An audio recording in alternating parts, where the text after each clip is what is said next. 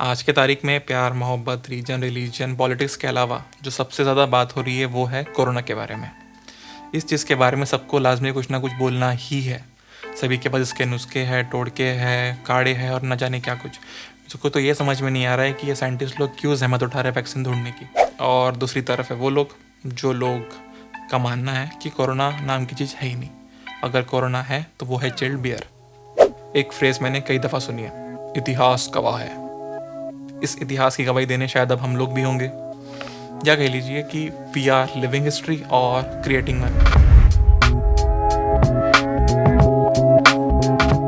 Life सब सही चल रही थी। ये मंथ है मार्च का। इस टाइम पे जो लोग कमा रहे थे वो खुश थे, जो नहीं कमा रहे थे वो पैसे के पीछे भाग रहे थे। इन सब के बीच बात निकली एक बीमारी के बारे में। ये बीमारी को लोगों ने उतना सीरियसली लिया जितना मैं अपने लाइफ को लेता हूँ। तो जब चीज़ें गर्म होने लगी, बीमारी का माहौल थोड़ा बढ़ने लगा, तो उस टाइम मुझे आया एक मैसेज और मेरी टिकट कंफर्म हो गई थी। मैं जा रहा था कल इंदौर। हम इंदौर जा रहे थे इस करेक्टर से मिलने। इसका नाम है निधि उर्फ छोटा गोविंदा उर्फ जीजी। और जीजी से मिलने में अकेला नहीं आया था, यहाँ मेरे साथ थी एक भटकती आत्मा। 71 साल हो गए भारत को आज़ाद हुए। मतलब मैं हूँ 26 साल का। कुछ दिन और कुछ हफ्ते माइनस कर दूँ और नेशनल हॉलीडेज निकाल दूँ तो भी 15 का दिखता हूँ मैं। तो जैसा कि आपने देखा, ये है सुशांत शर्मा, ये है चंडीगढ़ से, और परसों इनकी शादी हुई है। ये मेंशन करना ज़रूरी है क्योंकि मैं इसकी शादी में नहीं गया था। भाई तो ऑफिस का काम ख़त्म किया, बालों में जेल लगाए और हम सीधा निकले एयरपोर्ट। एयरपोर्ट पे थोड़ा इंतज़ार हुआ, बट खैर विंडो सीट मिल गई थी तो खुश। फिर पहुँचे इंदौर, शहर देखा, लोग देखे, सफाई देखी, होली थी तो होली वाली धुलाई देखी, और फाइनली दर्शन हुए इस मैडम के। फिर हम लोग गए सराफा, छप्पन, पब, और भाई साहब यहाँ भी अपने फ़ोन में मुँह डाले बैठे हुए थे। पता नहीं काम कर क्या रहा था वो साला। आज समझ में आया कि भैया ये काम कर रहे थे। खैर अलग अलग खाना खाया और हम थे तो गाना भी गाया।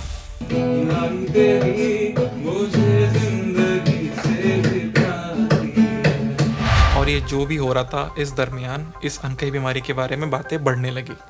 हम लोग तो मास्क पहन के थे ही, बाहर एहतियात से ही थे, बट शहर में शायद वो हम ही थे जो मास्क पहन के थे, पता नहीं क्यों। खैर अय्याशी ख़त्म और हम पहुँचे हमारी कर्म भूमि। ऑफिस आने की इच्छा तो नहीं थी, बट जब ऑफिस आए तो शायद 1 बजे, कंफर्म शायद नहीं, 1 बजे मुझको मेल आया। मेल में ये लिखा हुआ था कि आपको कुछ दिनों के लिए वर्क फ्रॉम होम करना है। हमने कहा ये पी। खैर ये थी आम जिंदगी, अब देखते हैं विंडोज़ वाली ज़िंदगी। 10 फरवरी को मैंने अपनी इंटर्नशिप ज्वाइन की थी IIT गुवाहाटी में। 6 महीने का प्रोजेक्ट होता है हमारा। मैं NID का स्टूडेंट हूँ, नेशनल इंस्टीट्यूट ऑफ डिज़ाइन। वहाँ मैं प्रोडक्ट डिज़ाइन पढ़ता हूँ। तो अभी मेरा 4th ईयर है, फाइनल सेमेस्टर, जिसमें हमें किसी भी इंस्टीट्यूशन या ऑर्गेनाइजेशन के अंडर एक प्रोजेक्ट कंप्लीट करना होता है। तो it's a semester long project, तो 6 महीना।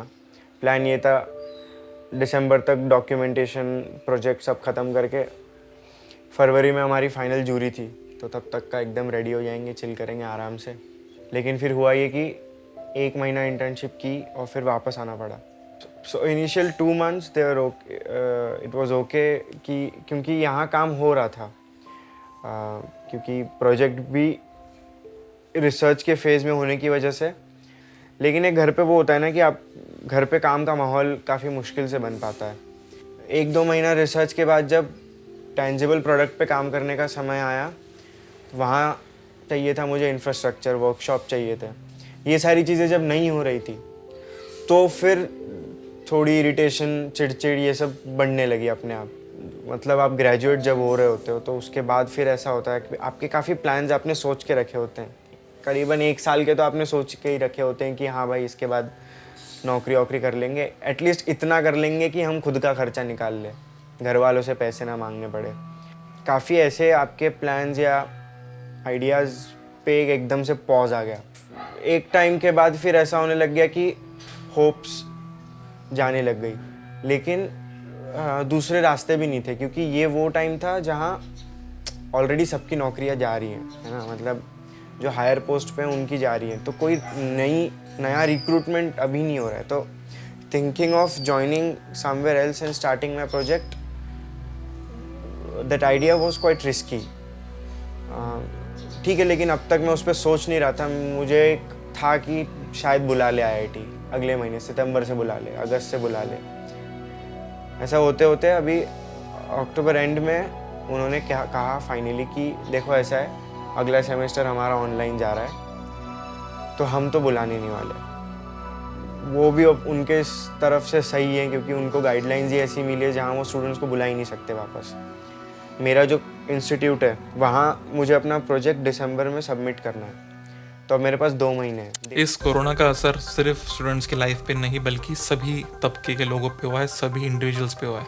तो फिर वो छोटा हो, बड़ा हो, अमीर हो, गरीब हो। फॉर एग्जाम्पल, लोगों की जॉब जाने लगी और कुछ लोगों की सैलरी कट ऑफ होने लगी। वर्क फ्रॉम होम के कारण वर्क लाइफ और पर्सनल लाइफ का हो गया पूरा भाजीपाला। ले ऑफ के डर से एम्प्लॉयज़ को प्रेशराइज किया जा रहा था, उनसे काम किया जा रहा था, और जो लोग थे उन्हें जताया जा रहा था कि आप लोग हमारी वजह से हो, अगर हम नहीं होते ना तो तुम तो ये सारे चोचले थे जॉब वालों के। अब आते हैं उन लोगों की ओर जिन लोगों के घर में चूल्हा तभी बनता है जिस दिन वो लोग कमा के पैसा घर लाते हैं, डेली वेजेस वाले। इनकी भी लाइफ में हसल हमेशा की तरह चल रहा था। तो ये सब जब हो रहा था उस टाइम पे मेरे दिल में एक सवाल उठा कि क्या मुझे ये चीज़ें ज़हनी तौर पे अफेक्ट कर रही है, और मैंने इसे भी नज़रअंदाज किया। तो अभी कुछ दिन पहले की बात है, मेरा एक फ्रेंड मुझसे मिलने घर आया। उसने बोला कि चल भाई कहीं बाहर घूम के आते हैं। तो हमने मास्क पहने, गाड़ी के शीशे चढ़ा के हम लोग जंगल की ओर निकले कि देख के आते।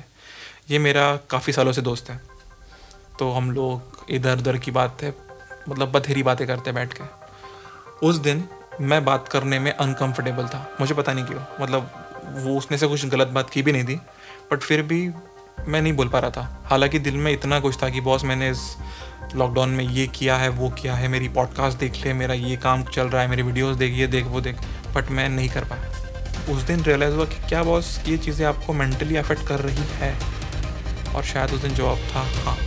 पेंडेमिक में मेंटल हेल्थ पे असर तो हुआ है। किसी ने अपने रिश्ते को खोया है, किसी का फाइनेंशियल क्राइसिस हुआ है, कोई अपने बच्चों की और अपने अपनों की नई आदतों से परेशान है। ये परेशानियां तो हैं, लेकिन जितनी परेशानियां हैं उससे उभरने के उतने तरीके भी हैं। तो सबसे पहला काम तो ये होगा कि हम अपने परेशानी को सोशल मीडिया में जिस तरह से हम एक सीरियल देखते हैं उस तरह सिर्फ देखते ना रहें। दूसरा, ऐसे लोगों से थोड़ा सा दूरी बनाकर रखें जो आपको आपकी परेशानी का बार बार एहसास कराते हैं। अपने परेशानी को यूनिक न समझें। मेरी परेशानी सबसे बड़ी है, मेरे साथ ही ऐसा हुआ है। इस तरीके से, इस अप्रोच के साथ यदि हम सोचेंगे तो हमारी परेशानी सबसे बड़ी, सबसे खराब लगेगी।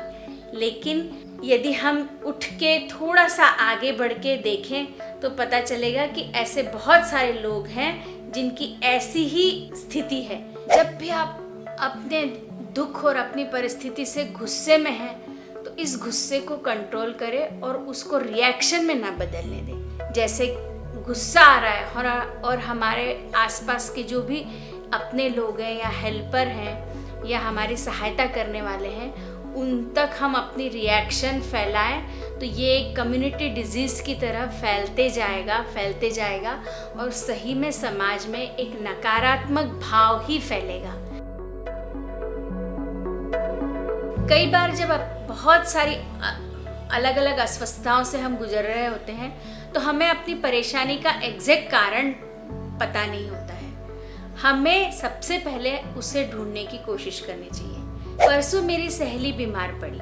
उसके घर में उसकी एक बेटी जो बहुत ही शर्मीली, जिसे जिंदगी का कोई तजुर्बा नहीं, वह अकेली थी। लेकिन यकीन मानिए उस लड़की ने इतने अच्छे से उस परिस्थिति को संभाल लिया। डॉक्टरों से बात की, माँ को अस्पताल ले गई, उसकी मानसिक हालत को समझा, उसे बहुत दिलासा दिया। तो कई बार कठिन परिस्थितियां हमारे अपने अंदर के स्किल को और उभारता है। तो तीसरी बात कि जब भी ऐसी कठिन परिस्थिति है हमारे अंदर और क्या स्किल है उसे पहचानने की कोशिश करें। मेंटल हेल्थ भी एक कम्युनिटी डिजीज़ की तरह है, तो यदि हम इसको डिजीज़ बनने से रोकना है तो हमें खुशियाँ फैलाना पड़ेगा। इस पेंडेमिक में हमें बहुत सारी चीज़ें सिखा दी। जैसे फिज़िकल हेल्थ के प्रति हम बहुत ज़्यादा कॉन्शियस हो गए। हम अपने आप को फिट रखने की कोशिश करने लगे, विटामिन्स लेने लगे, एक्सरसाइज करने लगे, बहुत सारी ऐसे कई तरीके अपनाने लगे और जानकारी भी हमने हासिल कर ली कि हम अपने आप को कैसे फिजिकली फिट रख सकते हैं। लेकिन मेंटल हेल्थ के बारे में अभी थोड़ा और कॉन्शियस होना ज़रूरी है। जैसा कि फिजिकल इम्यून सिस्टम को बढ़ाने के लिए हम बहुत सारी कोशिशें कर रहे हैं, उसी तरह मेंटल हेल्थ के इम्यून सिस्टम को बढ़ाने की भी बहुत सारी कोशिशें हमको करनी है। और वो कोशिशें अकेले नहीं होंगी, क्योंकि इसका असर किसी एक पर नहीं है, किसी एक परिवार पर नहीं है, किसी एक स्तर के लोगों पर भी नहीं है। इसलिए इससे उभरने के तरीके भी कोलैबोरेटिव ढंग से ही सोचने होंगे। उसी तरह हर एक के घर में मेंटल हेल्थ का भी एक फर्स्ट एड बॉक्स होना ज़रूरी है। उसके लिए हम अपनों की, आसपास के लोगों की मेंटल हेल्थ को पहचानें, उसे दूर करने की कोशिश करें, उसे अपनी तरफ से खुशियों का एक फर्स्ट एड बॉक्स देने की कोशिश करें। तो शायद यही करते करते एक साथ मिलके हम ढूंढ पाएंगे कि हमें इस सब से उभरने के तरीके और क्या हो सकते हैं और क्या मिल सकते हैं। आप अभी ये सोच रहे होंगे कि जिस बंदे की मिनटों ज़िंदगी थी, क्या उसकी बत्ती जली? दोस्तों से बात हो रही थी मेरी, काफ़ी ज़्यादातर दोस्तों की मेरी जैसी हालत थी। तो वो एक ऐसा लग रहा था कि ठीक है, हम अकेले नहीं डूब रहे।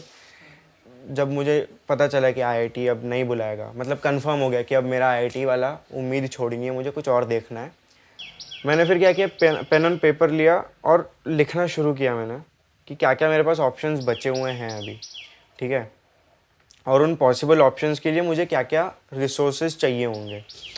फॉर एग्ज़ाम्पल, अगर मैं सेल्फ स्पॉन्सर्ड कर रहा हूँ प्रोजेक्ट, तो मुझे फाइनेंशियल बैकअप चाहिए। या तो मैं स्पॉन्सरर ढूंढ लूँ उस चीज़ के लिए, या मैं अपने माँ बाप से मांग लूँ। दूसरे ऑप्शंस ये हैं कि मैं किसी और जगह अप्लाई करूँ। अब लेकिन अगर मैं किसी और जगह अप्लाई कर रहा हूँ, तो अभी की सिचुएशन में कौन लेगा कौन नहीं लेगा, है ना, किस स्किल सेट की ज़रूरत पड़ सकती है किसी को। ये सारी चीज़ें मैंने नोट डाउन की। लिंक्डइन काफ़ी टाइम बाद मैंने खोला अपना अकाउंट, और काफ़ी एक्टिवली उस पर मैं लोगों को कनेक्ट करने लग गया, ठीक है। एक और चीज़ जो मैंने रियलाइज़ की कि बहुत सारे ना हम लोग अजम्पशंस कर लेते हैं।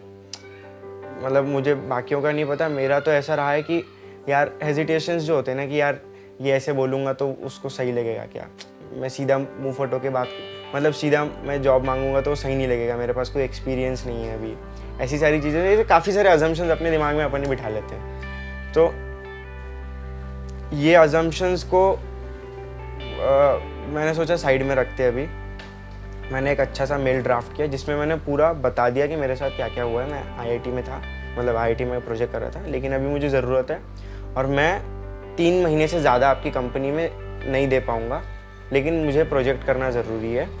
प्रोजेक्ट के बाद भी मैं आपके साथ काम करने के लिए रेडी हूँ। इस तरीके का एक अच्छा खासा मेल मैंने ड्राफ्ट किया, और मैंने जितने लोगों को पॉसिबल है सबको भेज दिया, ठीक है। मतलब कंपनीज़ के डेप्यूटी डायरेक्टर्स, मैनेजर्स, बड़े बड़े पोस्ट वाले सबको भेज रहा था मैं। तो 1-2 हफ्ते ये पूरा प्रोसेस चला। उस दौरान काफ़ी इरिटेशंस हो रही थी, झगड़े हो रहे थे घर वालों से, मुझे बात नहीं करने का मन कर रहा था, क्योंकि मेरे को रिज़ल्ट चाहिए था बहुत जल्दी। लेकिन ठीक है, वो थोड़ा 1-2 हफ्ते ज़्यादा से ज़्यादा लगे। उसके बाद अब हो गई है, मतलब एक जगह मेरी इंटर्नशिप फाइनल हो गई है। एक चीज़ जो ऑब्जर्व हुई कि मैंने कि ऐसे फेज़ में आप ऐसे बैठ जाओगे तो या तो बहुत ज़्यादा खाई में गिर सकते हो, दूसरा ये ना कि आप थोड़ा भी अगर ट्राई करो ना, तो बहुत ज़्यादा ना आपके दिमाग बहुत जल्दी चलने लगता है, बहुत जल्दी क्विक डिसीजंस आप ले पाते हो, और बहुत जल्दी आप सॉल्यूशन ड्रिवन अप्रोच से सोच पाते हो। तो ठीक है, अभी कर रहे हैं काम। हमको इस बीमारी ने बहुत कुछ सिखाया। जिन लोगों ने ज़िंदगी में धूप छाँव नहीं देखी थी, उन्हें ज़िंदगी का एक ब्रॉडर पर्सपेक्टिव दिखाया। कुछ लोग जो ज़िंदगी में कुछ पाने की चाह में अपनों से दूर हो गए थे, उन्हें पास बुला लिया, तबीयत को कीमत दी और अपने आप को ढेर सारा टाइम दिया। तो मेरा ये सारी बात बताने का उद्देश्य सिर्फ यही है कि चीज़ें पहले जैसी हो सकती है, मार्च जैसी, इंदौर टूर जैसी, लेकिन उससे कुछ वक्त लगेगा। इसका मतलब ये बिल्कुल नहीं है कि आप लोग वापस से टेंशन ले लो या कुछ कर लो, बट आपको वापस उसी चीज़ों का ख्याल रखना है जो आप लोग कुछ 6-8 महीने से रखते आ रहे हैं। तो अपना शारीरिक और मानसिक स्वास्थ्य का ख्याल रखें। और भाई साहब, हिंदी इतनी ज़्यादा, इसी पे वीडियो एंड नहीं, अभी आगे कुछ नहीं, बस बाय बाय। आज के तारीख में ऑलमोस्ट सब कुछ खुल चुका है, बट फिर भी बाहर निकलते वक्त दिल में कहीं ना कहीं हिचकिचाहट है। सोशल डिस्टेंसिंग इतनी देखी है कि अब अपनों से मिलने पर भी एक बेचैनी सी है। बाज़ारों में भीड़ तो है, बट खामोशी एक अनकही सी है। इतनी समस्याओं में, इतनी उलझनों में, इतनी विपदाओं में आज भी किसी की आंखों में एक उम्मीद जगी सी है। सब होता है यहाँ पे। Hello, how are you? Good, see he is good, everyone is good, chilled out, that is why we come.